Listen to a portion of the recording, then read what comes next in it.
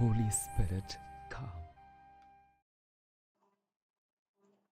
সকলকে জয় যিশু। আজ ২৯শে ডিসেম্বর। আজ খ্রিস্ট মণ্ডলে ধর্ম শহীদ সাধ্বী চংচং হাই এলিজাবেথের স্মরণ দিবস পালন করছে। চংচং হাই এলিজাবেথ ছিলেন ধর্ম শহীদ চং আগস্টিন ও ওয়াটু সুসা সিসিলিয়ার মেয়ে। এলিজাবেথের একটি ভাইও ধর্ম শহীদের মৃত্যুবরণ করেছেন, যার নাম চং হা সাং পল। 1801 খ্রিস্টাব্দে এলিজাবেথের বয়স যখন 5 বছর, তখন তার বাবা আগস্টিন খ্রিস্ট বিশ্বাসের জন্য ধর্ম শহীদের মৃত্যুবরণ করেন। মা সিসিলিয়া ও 2 ভাইয়ের সঙ্গে এলিজাবেথও গ্রেপ্তার হন। সরকার তাদের সহায় সম্পত্তি কেড়ে নেন এবং মা সহ সকলকে মুক্তি দেন। তারা তখন পৌত্তলিক এক আত্মীয়ের বাড়িতে আশ্রয় নেন। পৌত্তলিক আত্মীয় তাদের প্রতি খুব খারাপ আচরণ করলেন। একদিকে ক্ষুধা এবং অন্যদিকে শীতে এলিজাবেথ খুব কষ্ট পাচ্ছিলেন। ছোট এলিজাবেথ সেলাই করে সামান্য উপার্জন দিয়ে মা ও ভাইকে সাহায্য করেছিল। পল এই সময় বিশপ ইম্পার্ট এবং অন্যান্য মিশনারিদের পিকিংয়ের সঙ্গে যোগাযোগ করতে সহযোগিতা দেন। যে আত্মীয়রা এলিজাবেথকে ভালোবাসতেন না, অত্যাচার করতেন, তারা এবার এলিজাবেথকে ভালোবাসতে লাগলেন। এলিজাবেথ দেহ মন আত্মায় ছিলেন খুবই পবিত্র একজন মেয়ে। কোনোদিন কোনো ছেলের দিকে মুখ তুলে তাকাননি। যুবতী বয়সে এলিজাবেথ ঈশ্বরের নিকট এই প্রতিজ্ঞা করলেন। তিনি প্রতিজ্ঞা করলেন আজীবন কুমারী ও পবিত্রতা রক্ষা করবেন। তার বয়স যখন 30 বছর, তখন এলিজাবেথ শক্ত প্রলোভন অনুভব করলেন। বেশ কয়েক বছর তার মধ্যে প্রলোভন বাসা বেঁধেছিল। প্রলোভন থেকে মুক্তি পাবার জন্য তিনি ঐতিহ্যগত প্রার্থনা, ধ্যান, উপবাস এবং সাধু সাধ্বীদের দেখানো বিভিন্ন কৌশল অবলম্বন করেছিলেন। এলিজাবেথ সবসময় প্রার্থনা করতেন মিশনারিগণ যেন কোরিয়ায় যেতে পারে। প্রথমবার যখন বিশপ ইম্পার্ট ও 2 জন ফরাসি মিশনারি তাদের বাড়িতে যান, তিনি খুবই আনন্দিত হয়েছিলেন এবং তাদের খুব যত্ন নিয়েছিলেন। অনেকেই তাদের বাড়িতে যেত মিশনারিদের দেখতে। এলিজাবেথ তাদের ধর্ম শিক্ষা দিতেন এবং দরিদ্রদের সাধ্যমতো সাহায্য করতেন।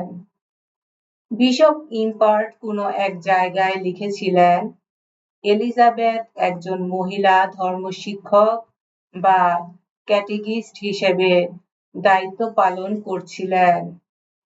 খ্রিস্টানদের উপর যখন নির্যাতন শুরু হলো, তখন এলিজাবেথ রীতিমতো ভয় পেলেন।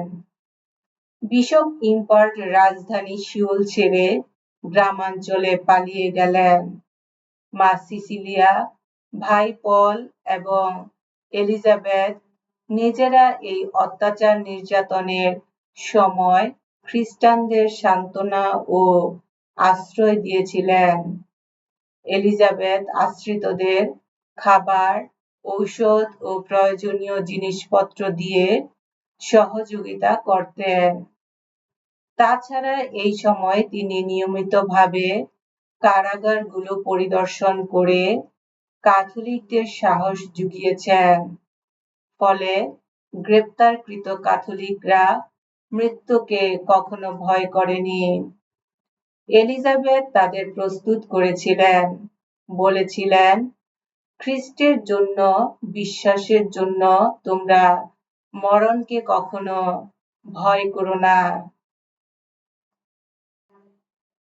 এলিজাবেথ 19শে জুলাই 1839 খ্রিস্টাব্দে তার মা সিসিলিয়া ও ভাই পলের সঙ্গে গ্রেপ্তার হন।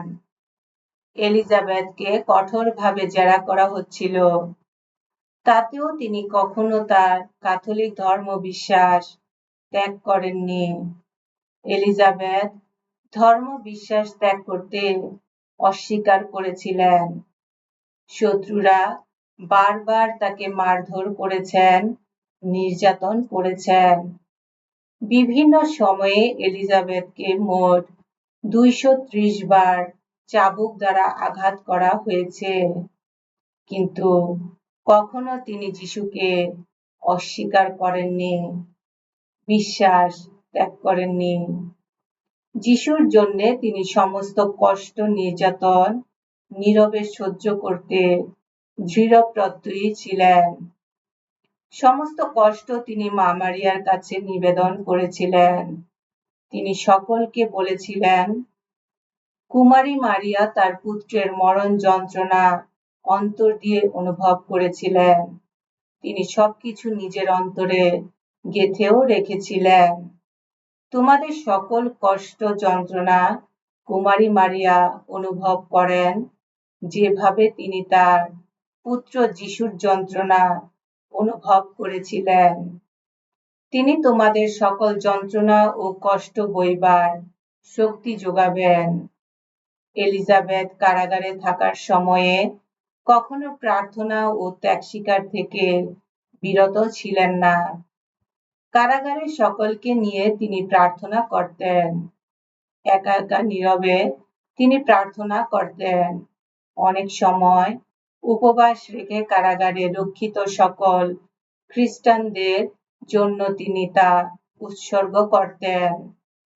কারাগারে বন্দী ক্যাথলিকরা অকথ্য নির্যাতন ও মানসিক যন্ত্রণার মধ্যে ছিলেন।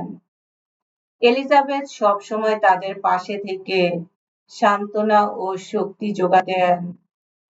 অনেকেই হতাশা ও যন্ত্রণা থেকে মুক্তি পাবার জন্য আত্মহত্যার চিন্তা করেছিলেন। এলিজাবেথ তাদের বললেন, আত্মহত্যা কাপুরুষের কাজ। আত্মহত্যায় কোনো মহিমা নেই, তাতে ঈশ্বরের জন্য আমরা কিছুই করি না। এভাবে হতাশায় দুঃখে কষ্টে তিনি সকলের পাশে ছিলেন। 29শে ডিসেম্বর 1839 খ্রিস্টাব্দে 43 বছর বয়সে সিউলের বাইরে স্মল ওয়েস্ট গেট নামে পরিচিত অন্য 6 জন ক্যাথলিক ভক্তের সঙ্গে এলিজাবেথকেও শিরচ্ছেদ করা হয়। এসো আমরা প্রার্থনা করি।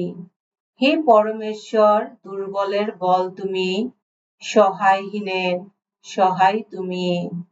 আজ ধর্ম শহীদ চিরকুমারী এলিজাবেথের মৃত্যু বিজয়ের স্মৃতি রক্ষা করে আমাদের হৃদয় গভীর আনন্দে আপ্লুত।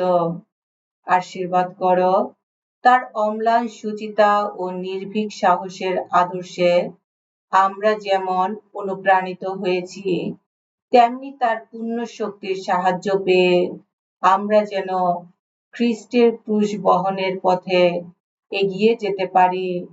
তোমার পুত্র আমাদের প্রভু যীশু খ্রিস্টের নামে এই প্রার্থনা করি। পবিত্র আত্মার সংযোগে তোমার সঙ্গে জীবনময় ও সর্বনিয়ন্ত্রণ